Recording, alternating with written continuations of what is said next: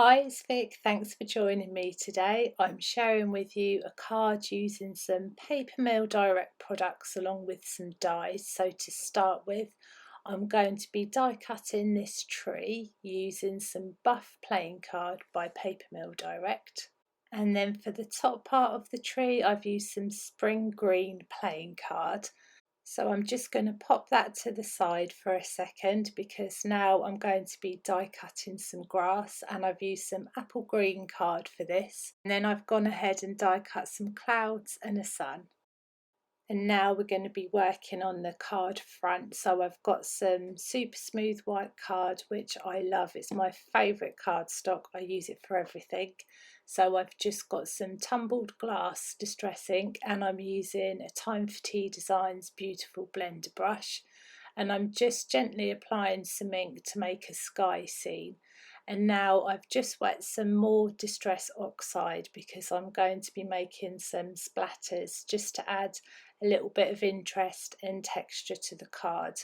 And I always enjoy doing this because it just brings everything to life. So I'm going ahead and I'm doing the same thing with the tree trunk, and then I'm going to be doing the green parts of the tree. And once all that's finished, I'm going ahead and I'm going to be adhering everything down to my card base. So I've got some Anita's tacky glue for this. And this glue is really good because it doesn't budge and you get a couple of seconds to move it around in case you make a mistake. But I definitely recommend using this glue. So next we're working on the grass. So I'm going to be adhering the first strip with some tacky glue, and then the second strip I've used some foam pads because I've already got some pre-cut coloured images that I'm going to be adhering down. And as the foam is raised, you can have one of the images peeking out, and it just gives a little bit more dimension to your card. So once this piece is adhered down, I'm going to flip this over and use my scissors to trim off the edges. And now I've added some clouds, and these are my stamps that I've already coloured using my Copic markers. So I'm just deciding on where to put them on the card, and then I'm going to go ahead and adhere these images onto my card using some foam pads.